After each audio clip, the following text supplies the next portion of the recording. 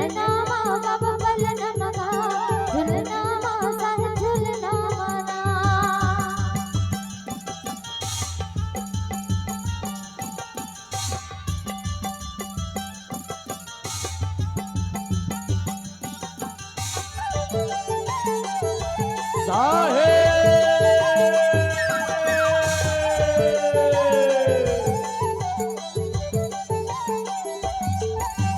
पवन देव तुर पलना बन बाबा शेष नाग की डोरी हो।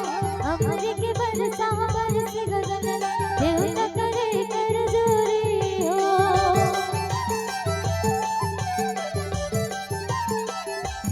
हाँ पवन देव तुर पलना बन बाबा शेष नाग की डोरी हो।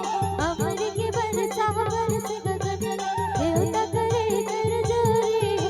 ऋषि मुनि करे तुर वंदना पलना माँ बाबा पलना मगा झुलना माँ साहेब झुलना मना।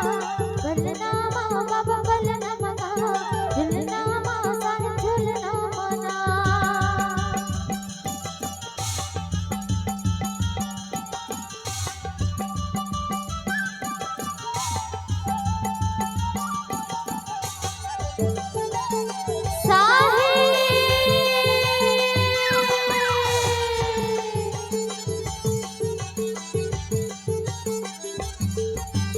होत बहनिया भयो जियारी मांगो के घर मांगो जखिलकारी। सब नर नारी जुर मिल आवे आनंद मंगल सोहर गावे।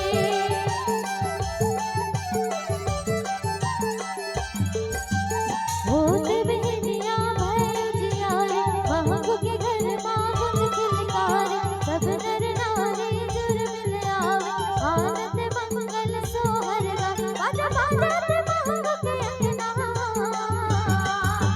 पलना माँ बाबा पलना मगा झुलना